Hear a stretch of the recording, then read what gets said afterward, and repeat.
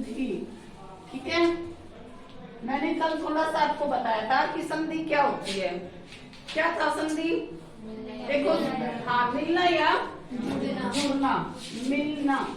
संधि क्या होती है? मिलना। किसी भी दो चीजों का आपस में मिलना भी संधि होती है। जैसे हमारा शरीर है और शरीर में प्रत्येक जोड़ जो है वो जुड़े हुए हैं एक दूसरे से, तो वो एक उन्होंने संधि की है। जैसे दो देश आपस में मिलते हैं या किसी बात पे एक होते हैं तो वो भी संधि होती है। वैसे ही दो वर्णों का आपसी मेल जो होता है वो हिंदी में क्या कहलाती है? संधि। क्या कहलाती है वो? संधि। संधि। अब संधि के कितने भेद होते हैं? 3। कितने भेद है संधि के? 3। कौन कौन से? नंबर 1 है स्वर संधि।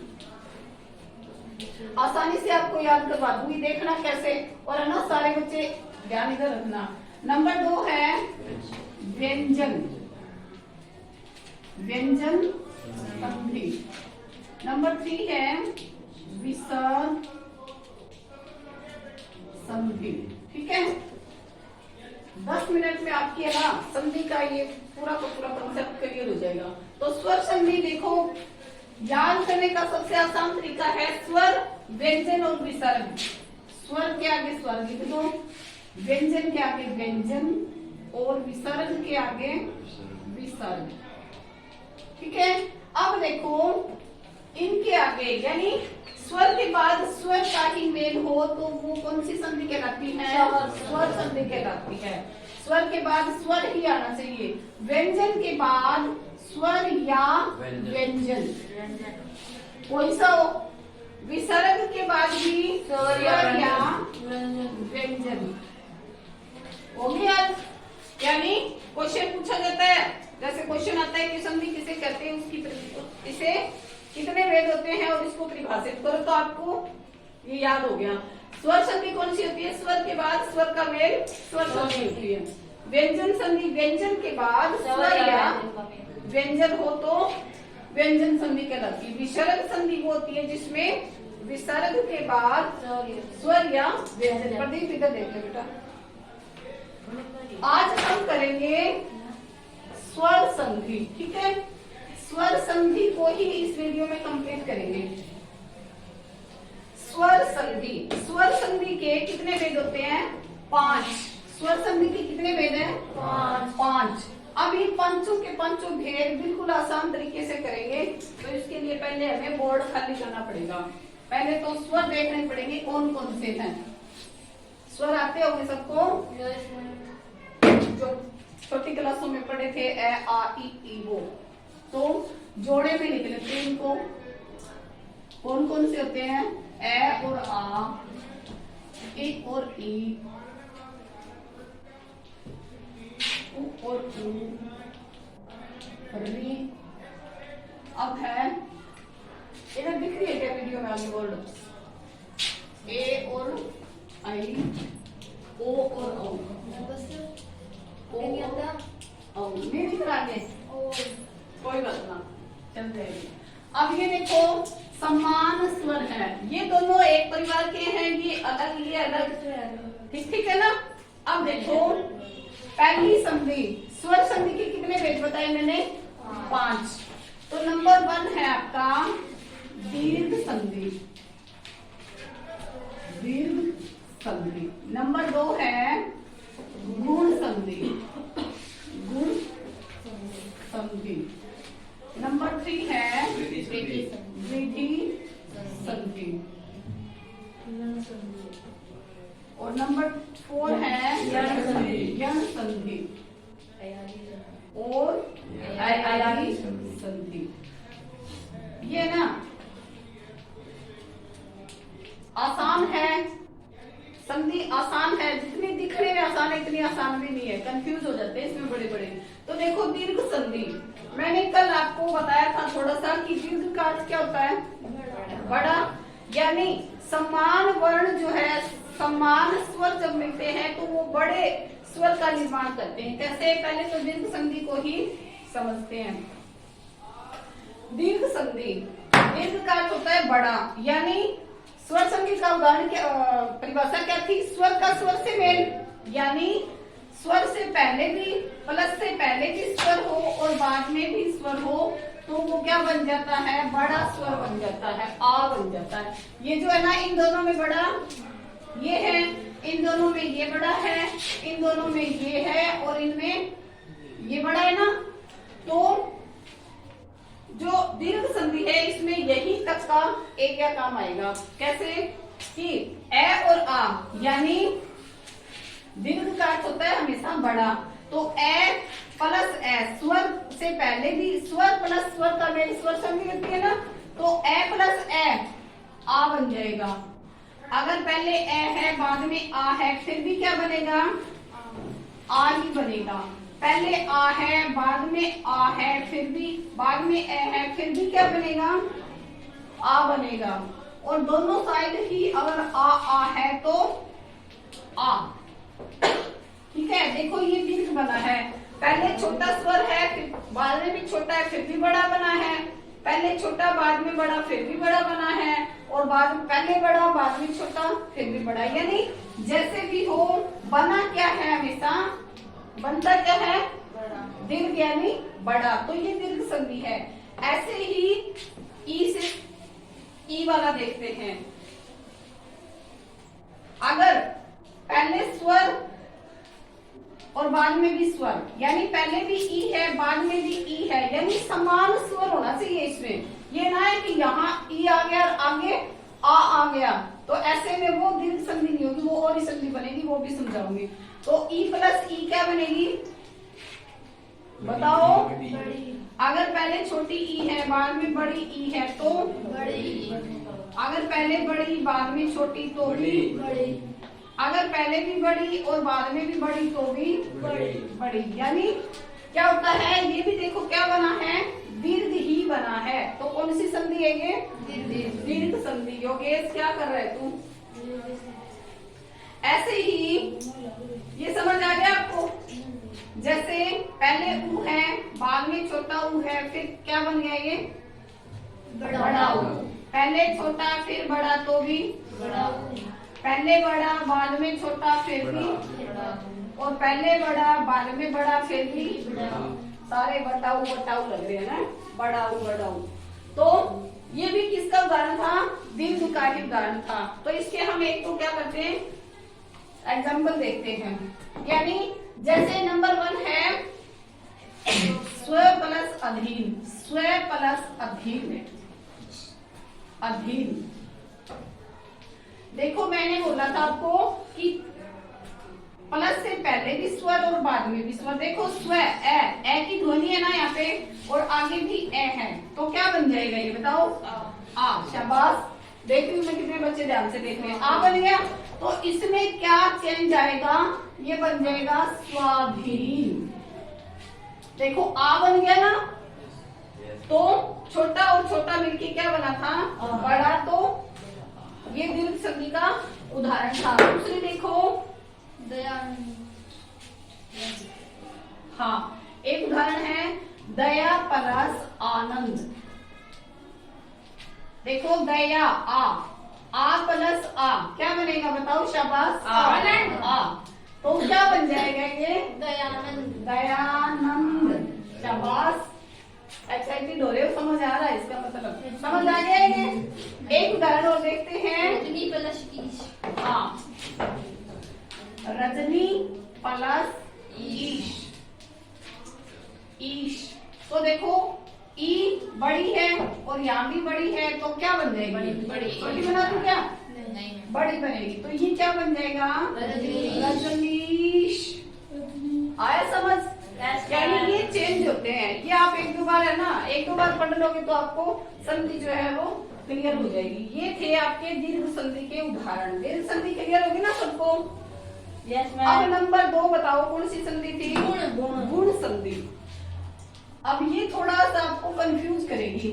गुण संधि कैसे करेगी, देखो गुण संधि में हमने क्या लिया था, दीर्घ संधि में तो सिर्फ ए आ ई ई और उ समान स्वर लिए थे, लेकिन गुण संधि में क्या होगा, आगे तो ए आ होगा, ए या आ। अगर ए आ के बाद में ई आ जाएगा, ई या बड़ी ई आ जाएगा तो क्या बन जाएगा, ए बन जाएगा। ठीक है, ये बात है ना, ये एक दो बार देखोगे तब समझ आएगी। ए और आ लेना तो हमें ए और आ ही है हर बार। ए और आ के बाद ई तो आ गया, अब ऊ और ऊ को ले आओ, ऊ और ऊ आ गया तो क्या बन जाएगा, ओ। क्या बनेगा, ओ। तीसरा है ए और आ के बाद यदि री आ गई तो क्या बन जाएगा, अर। बस ये गुण संधि के उदाहरण है। आसान हो गया ना, आपको पहले थोड़ा सा पढ़ाया तो आपके ना माइंड अपने आप चलेगा। कैसे, देखो ए और आ के बाद अगर ई और ई मिल जाए तो ए हो जाता है। कैसे, जैसे उदाहरण देखो, रमा प्लस ईश, रमीज नहीं बनेगा। ये देखो यहाँ पे आ है, ए या आ है, आए और आगे ई या ई आए तो ए बनता है ना ए, तो ये क्या बन जाएगा, ए बनेगा। तो रमा प्लस ईश रमेश। आई बात समझ कितने बच्चों को, शाबाश। फिर से देखो, यानी ए और आ, देखो है तो दोनों ही स्वर, यहाँ भी स्वर है यहाँ भी स्वर है, तो संधि तो स्वर है। ये स्वर का भी कौन सा पार्ट है, ये कौन सा है, ये गुण संधि है। ठीक है, स्वर संधि का कौन सा भाग है, ये गुण संधि है। अब देखो एक उदाहरण इसका लेते हैं, ओ वाला।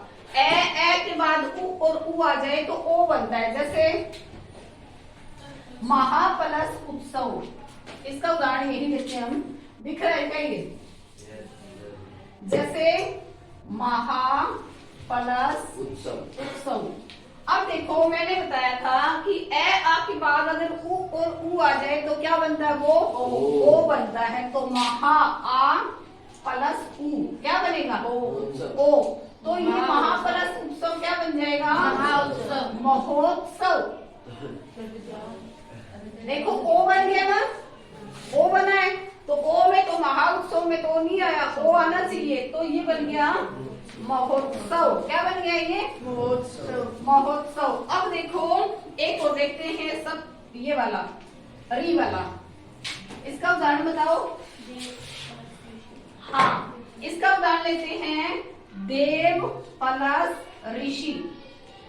ठीक है, मैंने बताया था कि ए और आ के बाद अगर री आता है तो अर बन जाता है। कैसे, देखो यहाँ ए है ना, और आगे री है, तो ये क्या बनेगा, अर। तो इसको क्या लिखेंगे, देवर्षि। देवर्षि नारद जी थे क्या, है ना, तो ये क्या बन गया, देवर्षि। Concept clear. अब चलते हैं हम आगे, नंबर 3 पे आगे। जिस बच्चे को ये स्वर याद नहीं है ना, वो याद कर लेना, क्योंकि ये बहुत काम की चीज है। अब नंबर 3 में कौन सी संधि करवाई थी, वृद्धि संधि, वृद्धि। ठीक है, वृद्धि का अर्थ क्या होता है, बड़ा। इसमें भी बड़ा ही होता है, वृद्धि यानी बढ़ना। ठीक है, तो इसमें भी देखो अपन ने पहले ए आ ले लिया, बाद में ये तो आ गए। अब हमें वृद्धि संधि में क्या करना है, पहले तो ए और आ ही रहना है। ठीक है, ए और आ के बाद यदि आ जाता है ए और आई, ए या फिर इन दोनों में से कोई सा, तो इन दोनों में बड़ा कौन है, ये है, तो क्या बन जाएगा उसका, क्या बन जाएगा, आई। अगर ए और आ के बाद आपको मिले ओ या औ, तो क्या बनेगा, इनमें बड़ा कौन सा है, ये वाला। तो ये लो, ये हो गया, ये वृद्धि संधि। वृद्धि संधि सबसे आसान है। मैंने एक पहले आपको ट्रिक बताई थी कि जिस भी शब्द के ऊपर 2 मात्रा मिल जाए वो 99% उसमें क्या होती है, वृद्धि संधि ही होती है। ठीक है, ये बात याद रखना। अब इनके एक उदाहरण समझते हैं। जैसे बताओ एक उदाहरण वृद्धि संधि का, लोक प्लस, हाँ, लोक प्लस एसना। ठीक है।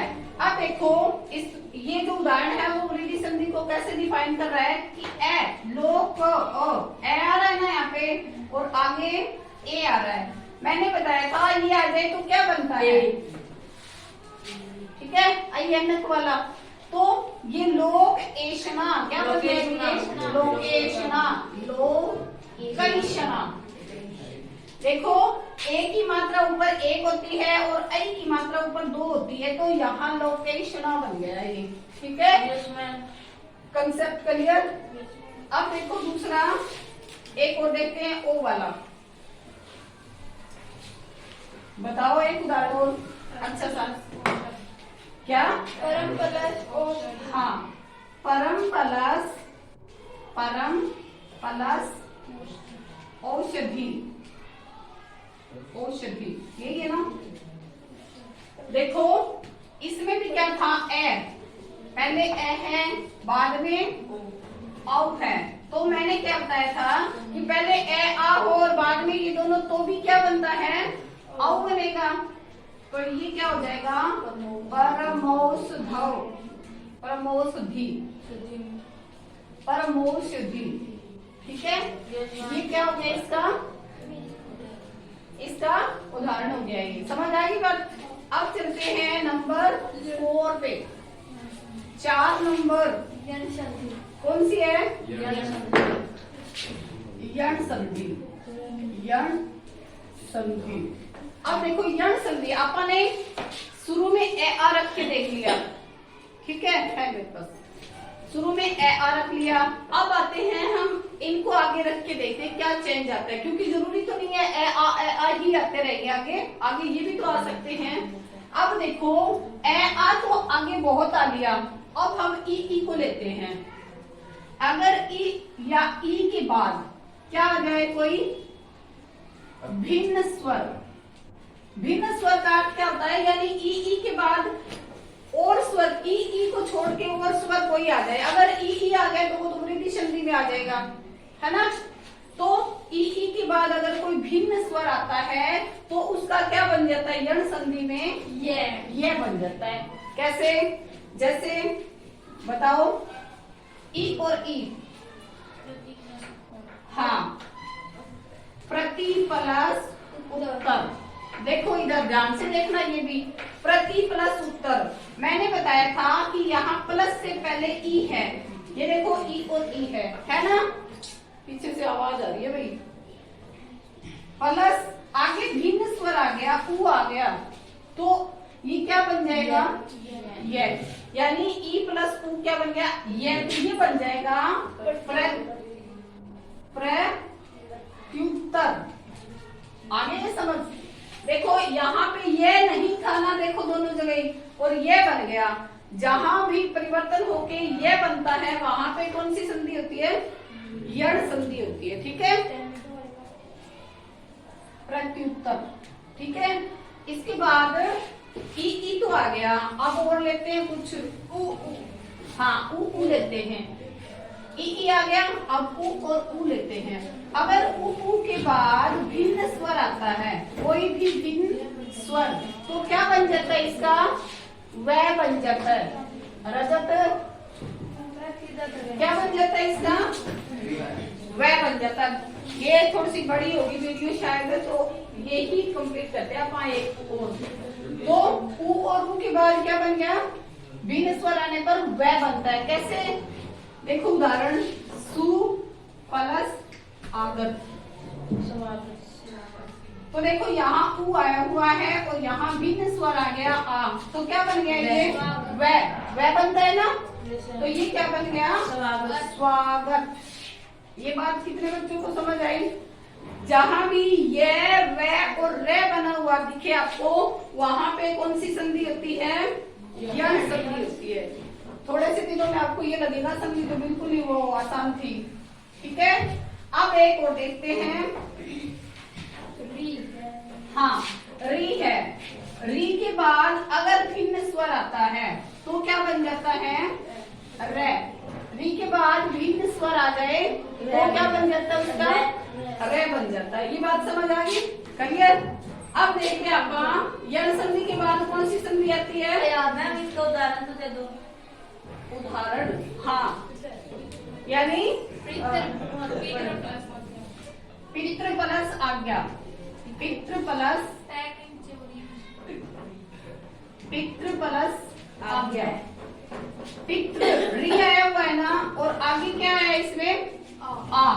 तो देखो री के बाद भिन्न स्वर आ गया, तो भिन्न स्वर आते ही रे में बन जाता है, यानी पित्राज्ञा, पित्राज्ञा। ठीक है, यानी ये रे जो है वो किसका है? तय प्लस रे का कंबाइन है ना ये, तो यहाँ देखो तय रे बन जाता है, इसका पित्राज्ञा, री नहीं आता फिर यहाँ पे। अब लास्ट की संधि रहती है अयादि, अयादि, अयादि। देखो ये है ना थोड़ी सी मुश्किल है, लेकिन 2-3 बार देखोगे तो आ जाएगी। अब देखो अपन ने आगे आ भी ले लिया, ई भी ले लिया, ये भी ले लिया, ये भी, अब रह गई 4, है ना। तो देखो अगर पहले ए आता है, ए के बाद कोई भिन्न स्वर आता है, भिन्न स्वर, तो क्या बन जाता है? ए का आई बन जाता है। क्या बनेगा? आई। जो क्या बन जाता है इसका? आई। अब अगर आई के बाद भिन्न स्वर आता है तो क्या बन जाता है इसका? आई। आई। अगर ए आई ओ रहेगा ना, ओ के बाद भी भिन्न स्वर आता है तो क्या बन जाता है? औ। अगर औ के बाद भी भिन्न स्वर आता है, औ, भिन्न स्वर, तो क्या बन जाता है? औ। बस अयादि संधि की इतनी कहानी है। देखो इसको एक एक को कैसे समझेंगे। ए के बाद भिन्न स्वर आय बनता है, बताओ इसका उदाहरण। चयन। हाँ, जैसे इसका उदाहरण है, जैसे ने प्लस अन। देखो यहाँ ए है, ये आ रही है क्या वीडियो में? करिए नहीं आ रही तो मैं इधर बना रही हूँ। देखो ने प्लस अन क्या बन जाएगा? मैंने बोला था कि पहले ए आ जाए और बाद में भिन्न स्वर आ जाए तो वो क्या बन जाता है? आय। तो ये क्या बन जाएगा? नयन। नयन, आयन, आयन। देखो आय आ गया ना, इसमें जुड़ गया आय। ये था ए और ए का भिन्न स्वर। अब अगर आई के साथ भिन्न स्वर आए तो क्या बनता है? आय। आय। उदाहरण बताओ जल्दी से। जैसे ने प्लस, हाँ, ने प्लस अक। हाँ, नई प्लस अक, अक। देखो आई आया हुआ है यहाँ पे, ठीक है, और आगे ए आया है तो क्या बन जाता है? आई। तो क्या बन गया ये? नायक। वो गाना है ना, नायक हूँ मैं खलनायक नहीं है, ऐसे ही है क्या? नहीं है। तो ये क्या बन गया? आय बन गया ना। यस। आई। अब तीसरा था यहाँ क्या? ओ। ओ के बाद अगर भिन्न स्वर आ जाए तो क्या बन जाता है? औ। औ। ओ प्लस अन। हाँ, जैसे ओ प्लस अन, तो ओ प्लस ए क्या बन जाएगा? औ। औ बनता है ना, तो ये क्या बन जाएगा? पवन। सबसे आसान उदाहरण है ये, पो प्लस अन, पवन। ठीक है, अब ऐसे ही ओ के बाद अगर औ आ जाए और भिन्न स्वर पूछ लिया जाए तो वो क्या आ जाए तो क्या बनेगा? आओ। जैसे औ प्लस अन। अब यहाँ पे क्या था? औ था प्लस ए था, तो ये क्या बन जाएगा? भिन्न स्वर है तो आओ। आओ बनता है ना, तो ये क्या बन जाएगा? पौ प्लस अन यानी पावन। ठीक है, तो ये थी आज आपकी स्वर संधि। स्वर संधि हमने पूरी कर ली है। आप ना बार बार इस वीडियो को 2-3 बार देखोगे तो अच्छे से समझ आ जाएगी। तो आज इस वीडियो में इतना ही। नेक्स्ट वीडियो में हम बनाएंगे व्यंजन और विसर्ग संधि की। तो आज के लिए इतना ही। Thanks, have a good day.